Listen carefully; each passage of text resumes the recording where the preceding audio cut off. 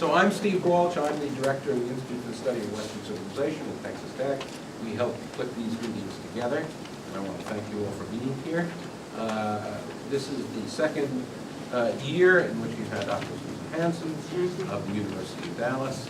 We'll shortly find out why we brought her back, popular demand, to again walk in her elegant, insightful, and inspiring way about American history.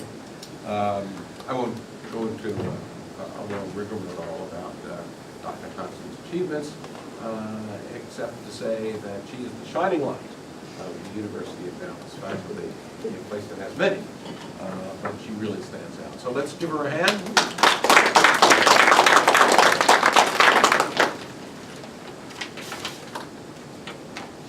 I have handouts, although this isn't the appropriate time to give it to you.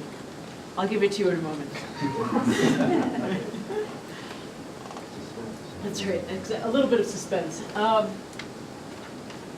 want to begin by acknowledging that I am speaking here to some of my olders and betters, that many of you have been teaching American history or AP US history or social studies or the Constitution and slavery for longer than I have.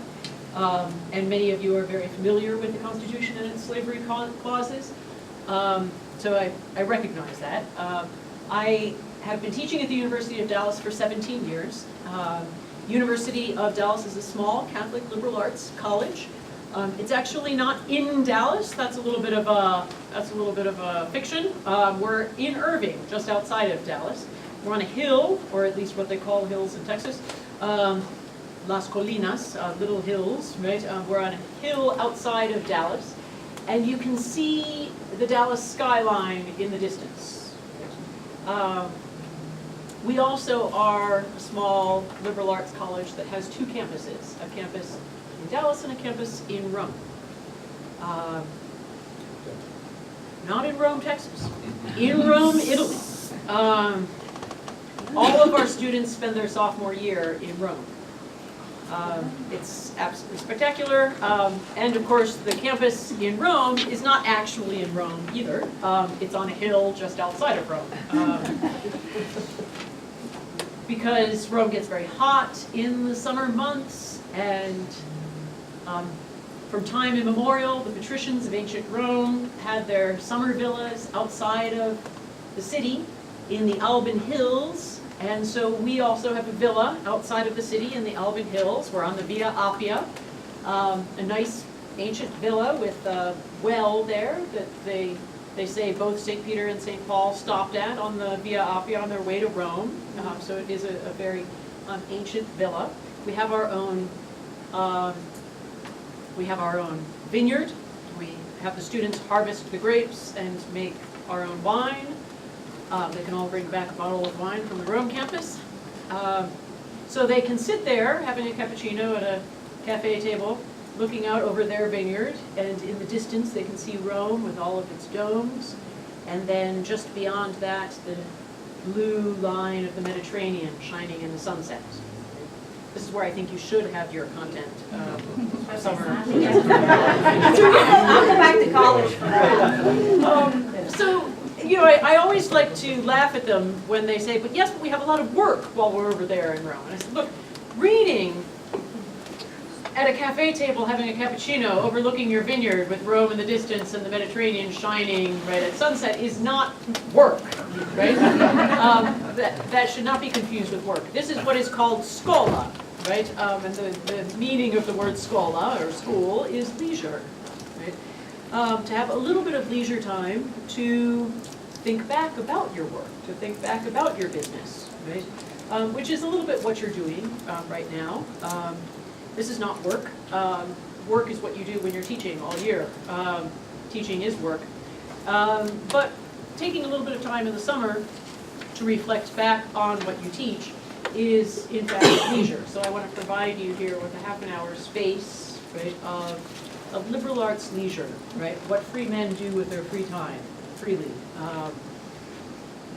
The liberal arts, right? And it's appropriate that both of our campuses are on hills outside of the city. because the point of the liberal arts is to step back from the busyness of the city and have some time to reflect on the order of the city and the order of the city of man's soul, and the symbiotic relationship between the city and the city of man's soul. And if there is disorder in the city, how it affects man's soul. And if there is disorder in the soul, how it affects the order of the city. So to step back from the busyness of the city for a moment of leisure, and to reflect back on the fundamental foundational structures, right, of our regime, of our society, of our culture. Right? So to look at this topic of the Constitution and slavery.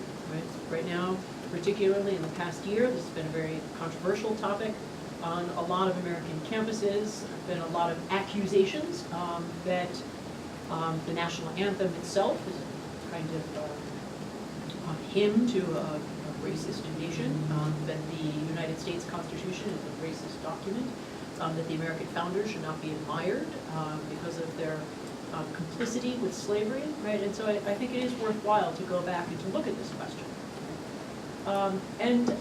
So I want to look at a primary source. This is one of the typical ways of a liberal arts education, to take a primary source and to look at the text, right? To reflect back on the text. But I'm going to take an unusual text. Here's my handout, right? My handout is not what you're expecting. My handout is not the United States Constitution, or just the United States Constitution excerpted down to its slavery clauses, which would be an outrage against the Constitution anyway. Instead, we're going to look through the eyes of Lincoln. Look through the eyes of Lincoln at the American founding, to look at the founding fathers, and in particular, among the founding fathers, one founding father, which is George Washington, who always is seen as singular. We always say founding fathers plural, but among the founding fathers themselves, there was one founding father, one pater patriae, one father of the fatherland, and that was George Washington. And so what I want to give you as a primary source to reflect on is George Washington's last will and testament.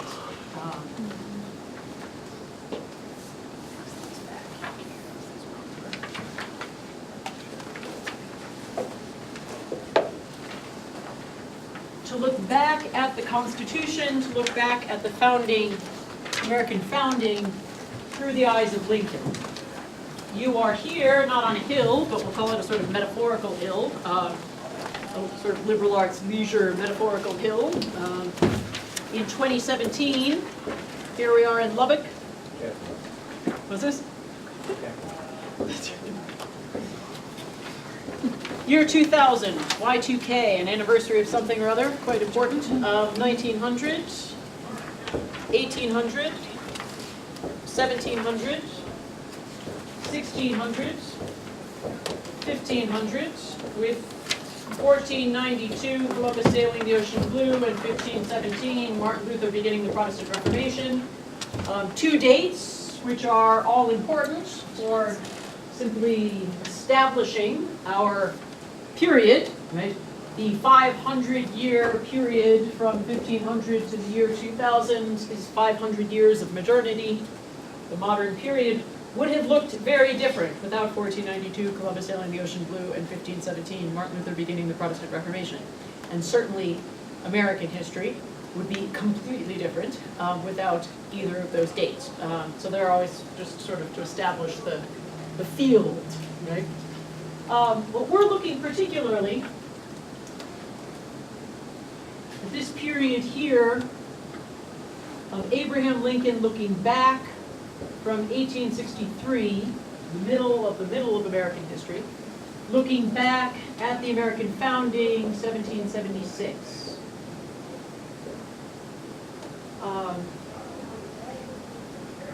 Lincoln is speaking, right, from within the American Civil War.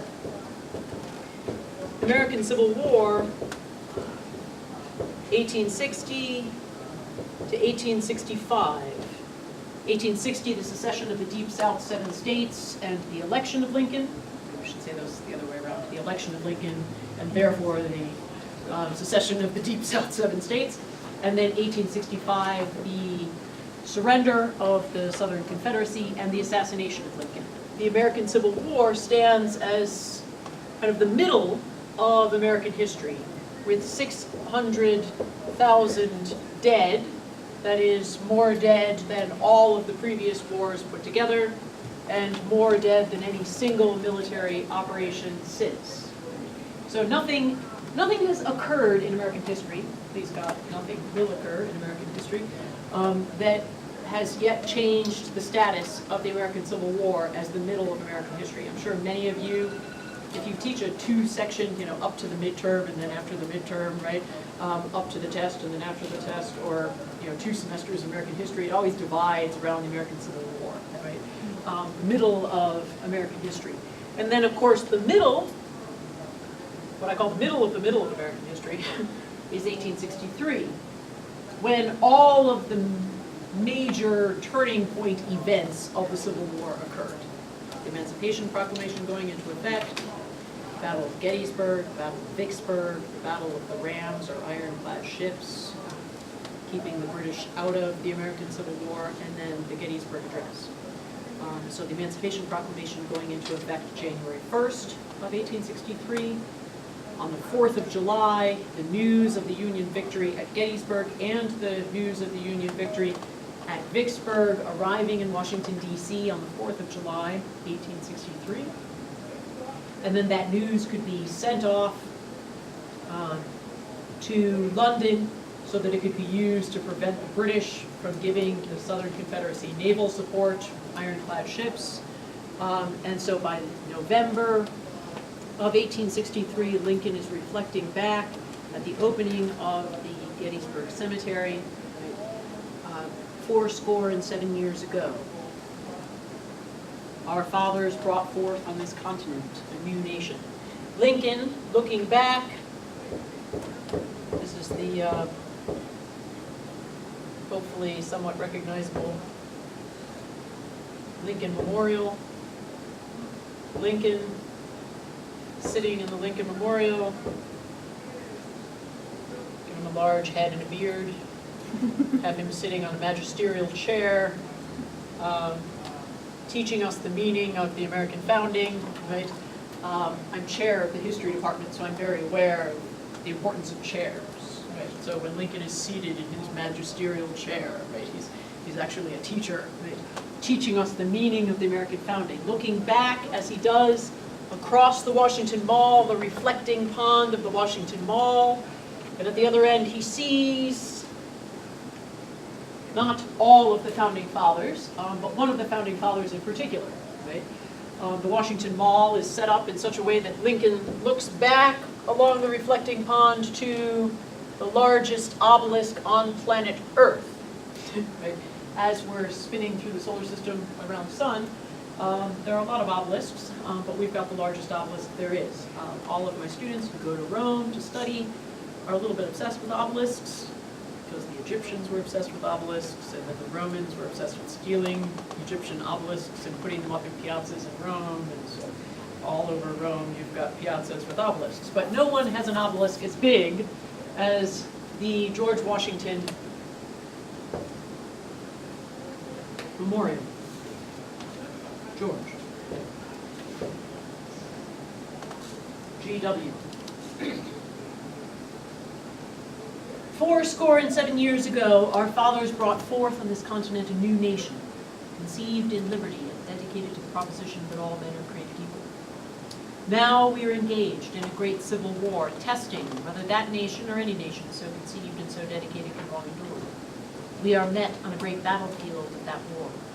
We have come to dedicate a portion of that field as a final resting place for those who here gave their lives that that nation might live. It is altogether fitting and proper that we should do this. But in a larger sense, we cannot dedicate, we cannot consecrate, we cannot hallow this ground. The brave men living and dead who struggled here consecrated it far above our poor power to add or detract. The world will little note nor long remember what we say here, but it can never forget what they did here. It is for us, the living rather, to be dedicated here to the unfinished work which they who fought here have thus far so nobly advanced. It is rather for us, to be here dedicated to the great task remaining before us, that from these honored dead we take increased devotion to that cause for which they gave the last full measure of devotion, that we here highly resolve that these dead shall not have died in vain, that this nation, under God, shall have a new birth of freedom, and the government of the people, by the people, for the people, shall not perish from the earth. Abraham Lincoln looks back with pious memory towards the American founding, 1776 to 1789, from the Declaration of Independence to the United States Constitution. He looks, it's a memory-drenched speech. He looks back with memory, but it is pious memory. Right? For him, the American founding, right, is the founding of our liberties. It's not tainted with slavery. Right? He sees those who had fought after the Emancipation Proclamation went into effect on January 1st, that was seen as the meaning and significance of the American Civil War. He's not simply talking about those who had died in the American Civil War, the Battle of Gettysburg, but he's also talking about all those who died in the American Revolution. Right? Lincoln is constantly talking about the memory of the founding. In his first inaugural address, he talks about the mystic cords of memory that stretches from every battlefield and patriot grave to every living heart and hearthstone all over this broad land. This idea of mystic cords of memory stretching from patriot graves from the Revolutionary War to every heart and hearthstone, to every home, having some memory of one of the founding fathers. He begins 77 years ago. It's biblical language, right?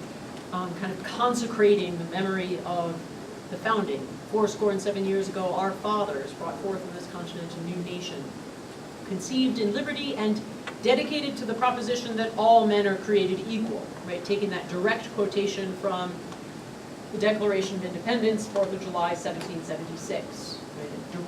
There are two direct quotations from the founding in the Gettysburg Address. All men are created equal, from the Declaration of Independence, and then Abraham Lincoln, knowing his George Washington very well, having read George Washington's personal and public correspondence, knew that George Washington had presented the Declaration of Independence to the Continental Army.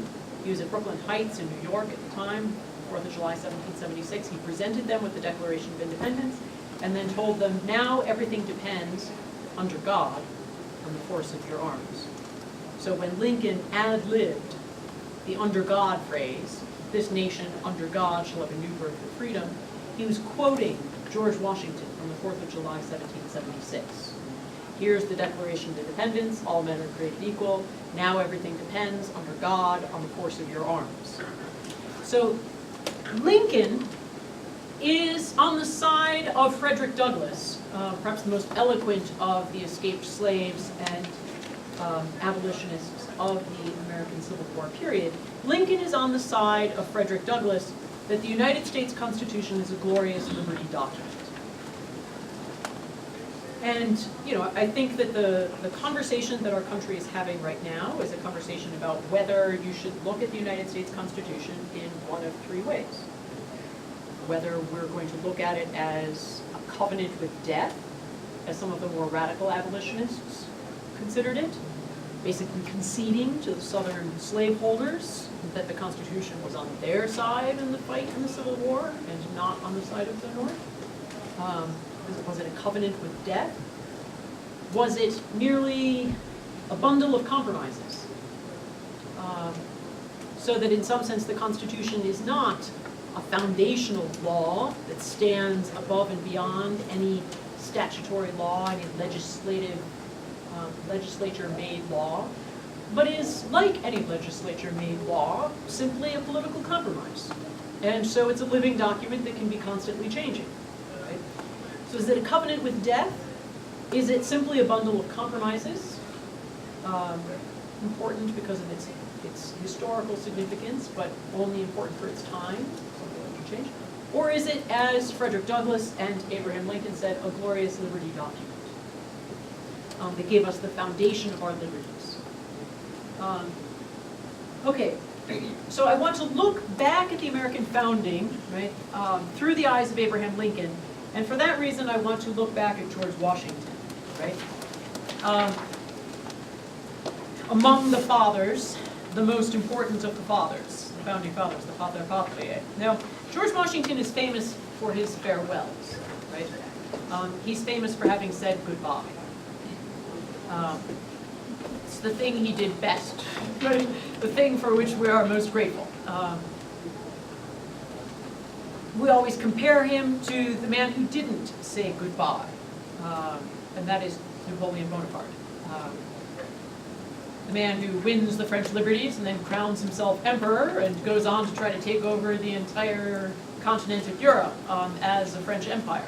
So the opposite of saying goodbye and going home, giving up power, is to crown yourself emperor, right? So if we did manage to preserve a republic, as Benjamin Franklin said, when someone asked him about the United States Constitution, what form of government have you given us? And he said, a republic, madam, if you can keep it, right? We managed to keep a republic, largely because our first president didn't crown himself emperor and stay, right, for the next 20, 30 years. So George Washington is famous for his farewells, right? And he gives us 3 examples of a good farewell, right? His first example is after being general of the Continental Army from 1776 to 1783, and in 1783 he says his first goodbye. He does his imitation of Cincinnatus, right? Cincinnatus, the old Roman general who took up the fasces of power in order to save the republic and then lays down the fasces of power and goes back to his farm. So I see Cincinnatus with his plow, right? Said goodbye and went back to his farm. So George Washington very ostentatiously, right, got on his white charger and rode, literally physically rode in front of everyone sort of back home to Mount Vernon and took up farming again, right?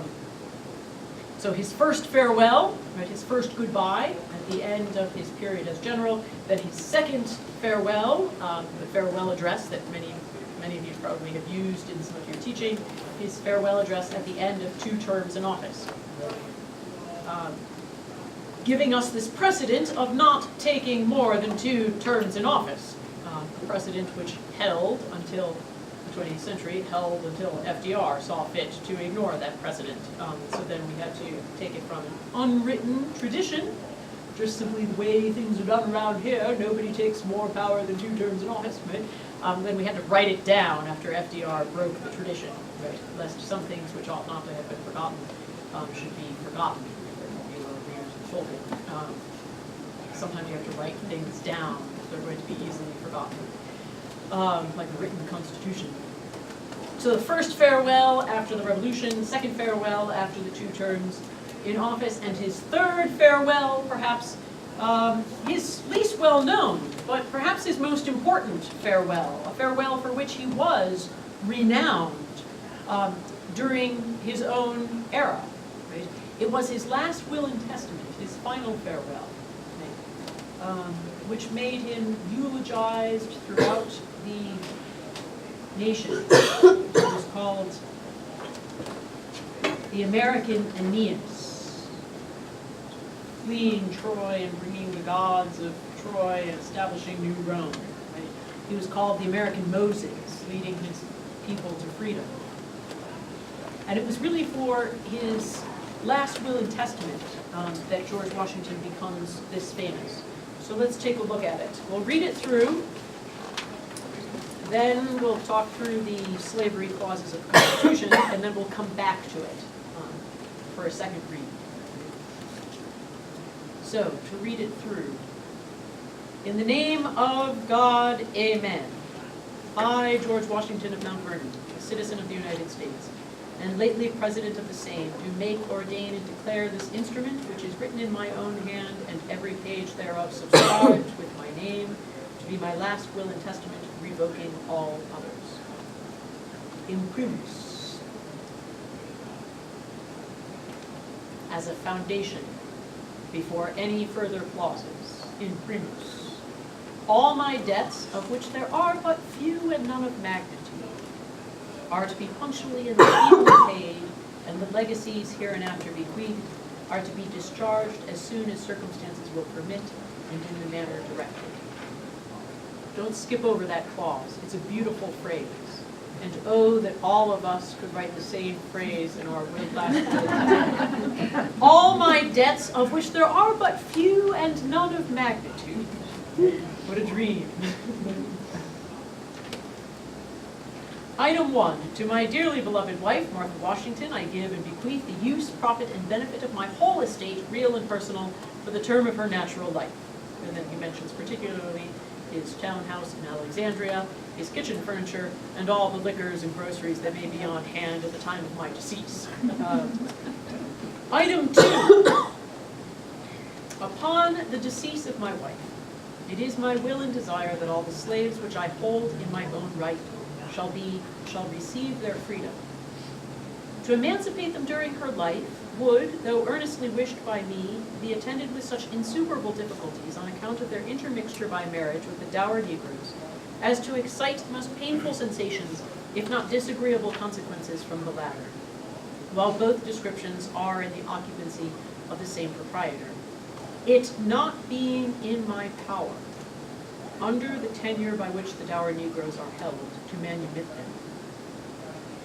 And whereas among those who will receive freedom according to this device, there may be some who from old age or bodily infirmities, and others who on account of their infancy will be unable to support themselves, it is my will and desire that all who come under the first and second description shall be comfortably clothed and fed by my heirs while they live, and that such of the latter description as have no parents living, or if living are unable or unwilling to provide for them, shall be bound by the court until they shall arrive at the age of 25 years, and in cases where no record can be produced, whereby their ages can be ascertained, the judgment of the court upon its view of the subject shall be adequate and final. The Negroes thus bound are, by their masters or mistresses, to be taught to read and write, and to be brought up to some useful occupation, agreeably to the laws of the Commonwealth of Virginia, providing for the support of orphan and other poor children. And I do hereby expressly forbid the sale or transportation out of the said Commonwealth of any slave I may die possessed of under any pretense whatsoever. And I do moreover most pointedly and most solemnly enjoin it upon my executors hereafter named, or the survivors of them, to see that this clause respecting slaves and every part thereof be religiously fulfilled at the epoch at which it is directed to take place, without evasion, neglect, or delay, after the crops, which may then be on the ground, are harvested, particularly as it respects the aged and infirm, seeing that a regular and permanent fund be established for their support so long as there are subjects requiring it, not trusting to the uncertain provisions to be made by individuals. And then if you look at the note, it says, at about the same time that he was drawing up his will, Washington made a list of the adult and child slaves at each of the Mount Vernon farms, usually giving ages, occupations, and other pertinent information. His list of 317 slaves, printed below, I haven't included that, includes the names of 124 who belonged to him outright.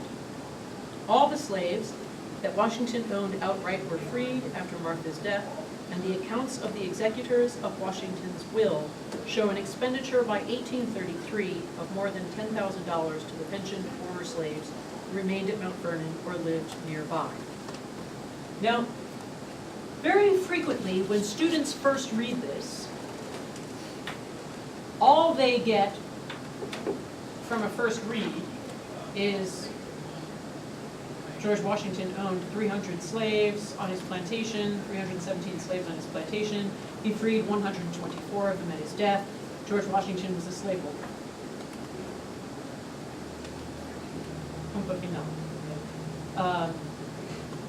They put him in the category of the other six. Thomas Jefferson, who never managed to free his slaves at his death. They were sold to repay his debts. James Madison, who never repaid his, freed his slaves at his death. They remained with his wife and her son, and were paid and were sold to pay off his debts. Of the other founding fathers, Benjamin Franklin owned very few slaves and freed his domestic slaves during his lifetime. Alexander Hamilton's records, financial records are very unclear, but he was a member of the New York Manumission Society, and he certainly didn't own many slaves and freed the ones that he had. John Adams of the founding fathers, the six major founding fathers, stands alone for never having owned any slaves. So if you want to, kind of get yourself a favorite, there's John Adams for you, right? He was a bit of a bitter fellow with a sardonic sense of humor, but never owned any slaves, right? But they sort of tossed George Washington into the mix as a slaveholder, right? Now, I want to go over a little bit the Constitution clauses on slavery and then come back to George Washington and to come back to reading George Washington's last will and testament so that we get a better understanding of what he accomplished in that farewell, what he accomplished in his last will and testament. So, the Constitution, briefly. This goes till 240, 245? Is that right? Yes, más o menos? 240. 240, thank you. This is my usual portrait of the Constitution. I don't know if you would call it an emoji. I wish they would invent my Constitution as an emoji. With the 3 ways of the separation of powers and the 4 ways of the division of powers. The United States Constitution, 7 articles.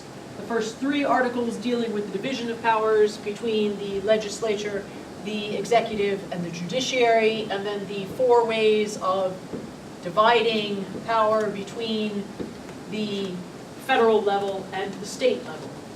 And then, regardless of whether you have power in the legislature, executive, or judiciary, whether that is a federal legislature or a state legislature, whether that is a federal executive or a state executive, or a federal judiciary body or a state judiciary body, you nevertheless have them all rung around, right, with the ring of the Bill of Rights, right, the laws of nature and nature's God. Yes, we give you authority, but the authority only goes so far, right? So there's an almost obsessive concern with the centralization and consolidation of power, right? And a concern to divide up and limit the powers of government, right? And at the same time give the government enough strength that they can get themselves out of public debt. George Washington and Alexander Hamilton's main concern in calling for a constitutional convention in the first place is to get the country out of debt. It seems a charming concern as we look back at it from the year 2017, that they should have been that concerned with public debt. But it concerned them, right? They realized that you're not really free if you are a debtor, that indebtedness is a form of slavery to your creditors.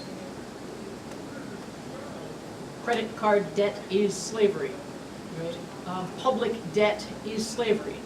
And it was all very well in the American Revolutionary War to gain our political and military independence from Great Britain, but if we did not gain our economic independence by repaying the public debt incurred during the American Revolution, then we would not be truly free.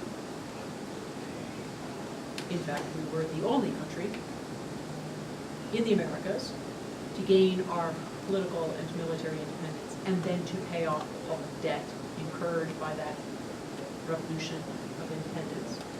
All of the Latin American republics gained a fictitious freedom of military and political freedom, but never were able to repay their public debt.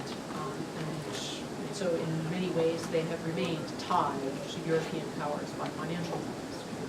So Alexander Hamilton and George Washington, in calling for the Constitution in the first place, wanted it to be strong enough that we could deal with the major res publica, the main public thing, which was our public debt, right?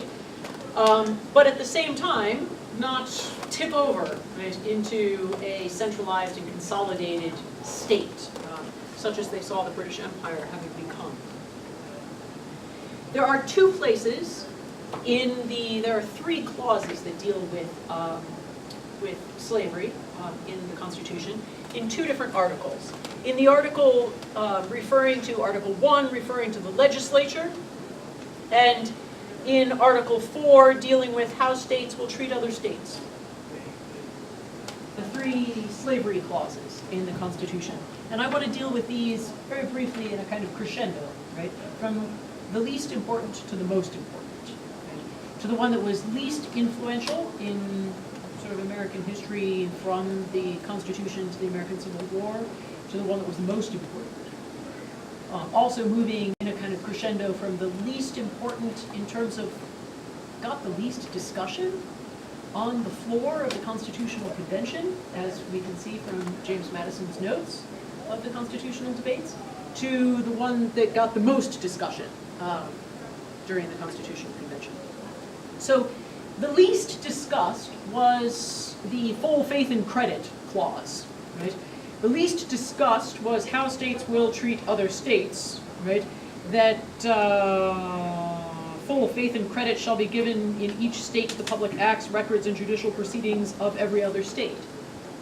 Within that context, they proposed the fugitive slave law. Because we're all going to be respecting each other's laws, we will respect slave law in one state in another state that doesn't have those slave laws and return fugitive slaves. This was very little discussed. It was proposed by two members of the Constitutional Convention from South Carolina. It was objected to by two northern members of the Constitutional Convention, and then they didn't do anything about it that day. It's kind of 2 for 2. Raised, objected, and then nothing further happened that day. The following day, it appeared again. There's no further discussion on it, and we really have no idea why it was included over the objections. But there is one interesting quality to the fugitive slave clause, and that is its wording. Is this all old material to you? You all are very familiar with this? Yes. The wording of the fugitive slave clause, right? There is no mention of slaves or slavery in the United States Constitution. The phrase used was persons held to servitude or labor. Persons. They are acknowledged as persons, right? Pace, Dred Scott decision, right? They were acknowledged as persons. Persons held to servitude or labor.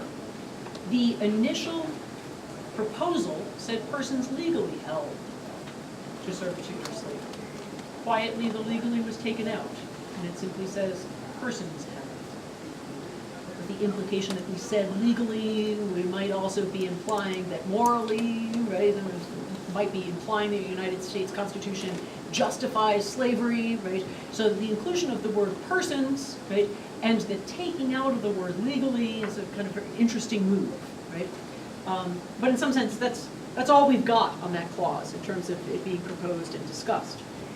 The next place where we see it, where we see slavery in the Constitution, is both of the other mentions are in Article 1 on the legislature, on our good old bicameral legislature. Right? The least important there, because it comes with a natural limitation, is limitations on congressional power. There are the things that congressional power can't do, right? Can't give titles of nobility, can't suspend habeas corpus except in time of active rebellion or invasion, cannot have direct taxation which is not apportioned to state population, and cannot abolish the slave trade.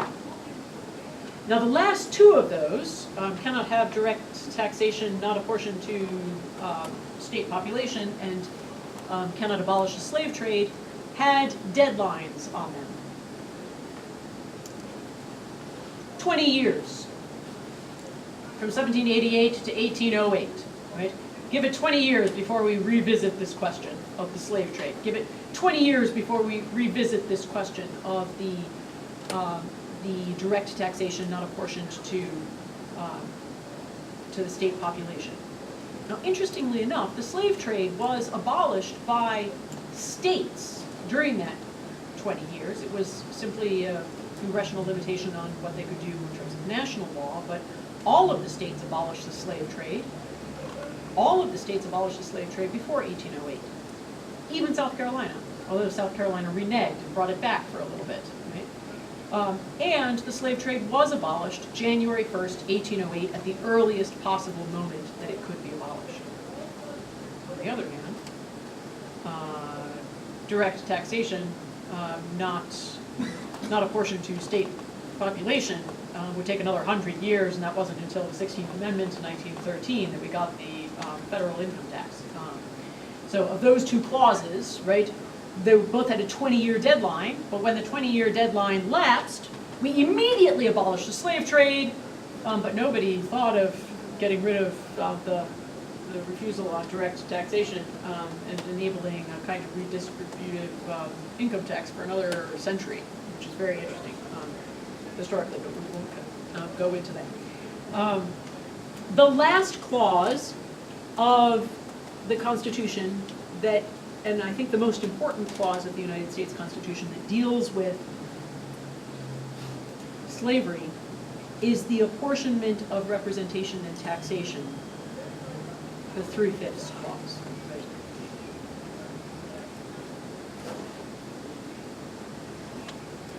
So it's within the context, right, of a discussion of the relationship between representation and taxation. Right? Ye olde, no taxation without representation. Flipping it over and saying no representation without taxation. Right? Now, what's interesting about the 3/5 clause, sometimes people think that this means that they began to look at slaves as 3/5 of a person.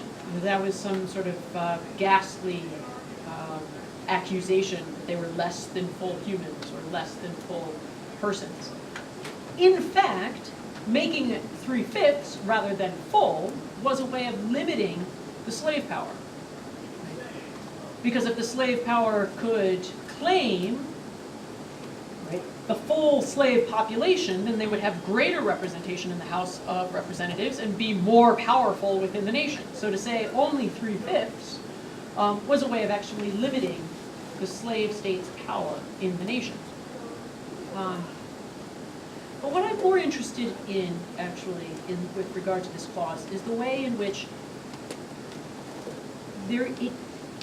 it draws attention to this relationship between taxation and representation.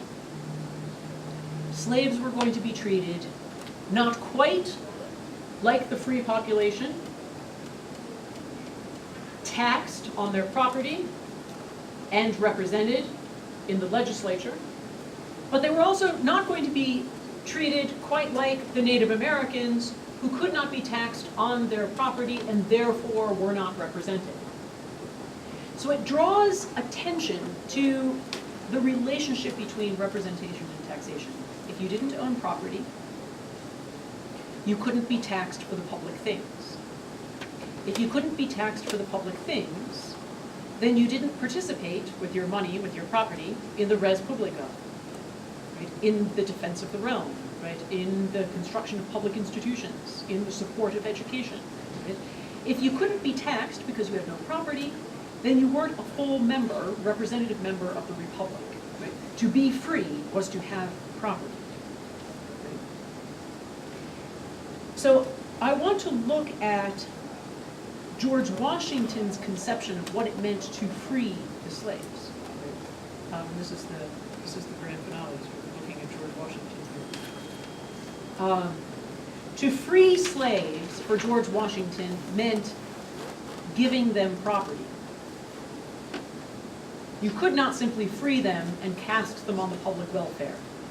That was to make them go from being your personal slaves to making them slaves of the public. Right? In order to genuinely free someone, you had to establish them in life with their own property. All right, so let's give a little portrait of George Washington as a slaveholding founder. Because I think that what Frederick Douglass and Abraham Lincoln meant by calling the United States Constitution a glorious liberty document is that it gave free men the freedom to do the right thing in the right way. It gave the states the right to free the slaves, it gave local communities the right to free the slaves, and it gave individual persons the right to free the slaves, if they wanted to freely do it. There was nothing in the Constitution that couldn't prevent states, local communities, or individuals from freeing the slaves. Right? But it left it up to their freedom. All of the northern states took that freedom and freed the slaves, either through their state constitutions or through laws of abolition. You also had many abolitionist societies, both in the North and in the South, coming up with schemes of reimbursed manumission, right? Taxing your local community, taxing everyone in the local community who had benefited from slavery, including the merchants and the artisans, right? Who didn't own slaves themselves but had participated in the tobacco economy. And then you also had many hundreds of people personally freeing their slaves, either during their lifetime or in their wills. But what is unusual about George Washington is that he is a free man who freely did the right thing in the right way. Because to him, the right way to free slaves was to free them with property. But he also saw it as his responsibility to first get himself out of debt so that he was freeing the slaves, not his creditors. That it was his own virtuous act of getting himself out of debt so that none of his slaves were owed to his creditors in payment for his debts, so that they were truly free in every sense of the word, right? And they had their own property. It's very different to judge someone like John Adams. This is why, you look at John Adams, George Washington, right? John Adams never owned slaves, never participated in a slave culture, right? George Washington was born into a slave culture and extricated himself. So in some sense, George Washington is more iconic of America, right? America, 1776, the American nation was born in the midst of a slave economy, which we inherited from the British Empire. George Washington was born into a slave economy and extricated himself. He inherited land, debt, and slavery. Right? In order to freely do the right thing in the right way, he had to extricate himself and his land from debt in order to free his slaves. He inherited 10 slaves at the age of 10 from his father. He inherited 20 slaves at the age of 20 from his half-brother, along with the 200 acres of Mount Vernon.